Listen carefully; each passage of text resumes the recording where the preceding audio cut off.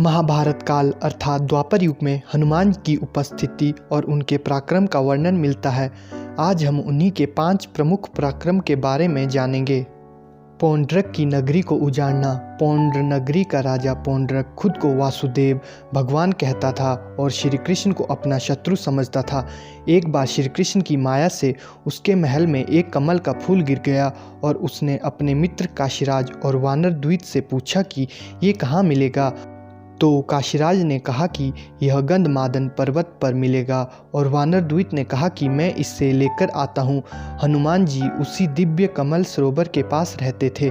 श्री कृष्ण के आदेश पर हनुमान जी खुद ही वानर द्वित के बंदी बनकर पौंड्र नगरी पहुँच गए और उन्होंने वहाँ पौंड्रक को चेतावनी दी कि यदि तूने खुद को भगवान मानना नहीं छोड़ा और तू धर्म के मार्ग पे नहीं आया तो मेरे प्रभु तेरा वध कर देंगे। फिर हनुमान जी उनके महल को और उनकी नगरी को नष्ट करके पुनः गंधमादन पर्वत चले जाते हैं।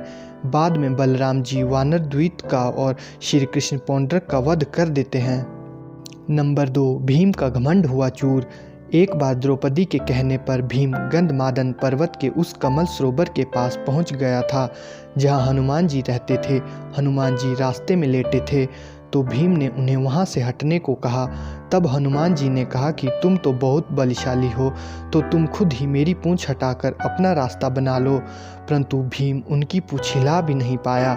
बाद में भीम को जब यह पता चला कि वह पवन पुत्र हनुमान हैं तो उन्होंने उनसे क्षमा मांगी।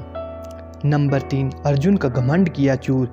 इसी तरह एक बार अर्जुन को नदी पार करनी थी तो उसने अपनी धनुर्विद्या से बाणों का एक सेतु बनाया और रथ सहित नदी पार कर दी। नदी पर उसे हनुमान जी से भेंट हुई।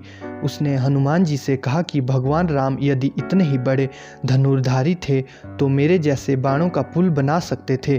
तब हनुमान जी ने कहा कि उस काल में मुझसे भी शक्तिशाली वानर होते थे। यह बाणों का सेतु उनके भार से ढह जाता और तुम्हारा बाणों का सेतु तो मेरा ही भार सहन नहीं कर सकता। अर्जुन कहता कि यदि तुम्हारे चलने से मेरे बाणों का सेतु टूट गया तो मैं खुद को सर्वश्रेष्ठ धनुधर मानना छोड़ दूंगा। तब हनुमान जी ने उस सेतु पर अपना एक ही पैर रखा था, तभी सेतु पूरी तरह टूट गया। नंबर 4, बलराम जी के घमंड को किया था चूर। बलराम जी ने एक विशालकाय वानर द्वित को अपनी एक ही मुक्के से मार दिया था तो उन्हें अपने बल पर घमंड हो रहा था।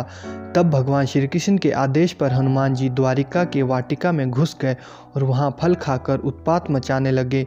यह सुनकर बलराम जी खुद को उन्हें साधारण वानर समझकर अपनी गदा लेकर वाटिका से भगाने के लिए पहुंच गए।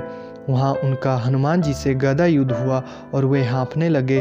तब उन्होंने कहा कि सच कहो वानर, तुम कौन हो, वरना मैं अपना हल निकाल लूँगा। तब वहाँ श्री कृष्ण और रुक्मणी प्रकट होकर बताते हैं कि ये पवन पुत्र हनुमान हैं। इसी तरह हनुमान जी ने गरुड़ देव और सुदर्शन चक्र का भी अभिमान तोड़ा था।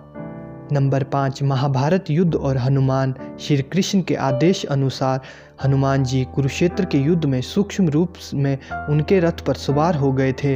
यही कारण था कि पहले भीष्म और बाद में कर्ण के प्रहार से उनका रथ सुरक्षित रहा, अन्यथा कर्ण ने तो कभी का ही रथ को ध्वस्त कर दिया होता।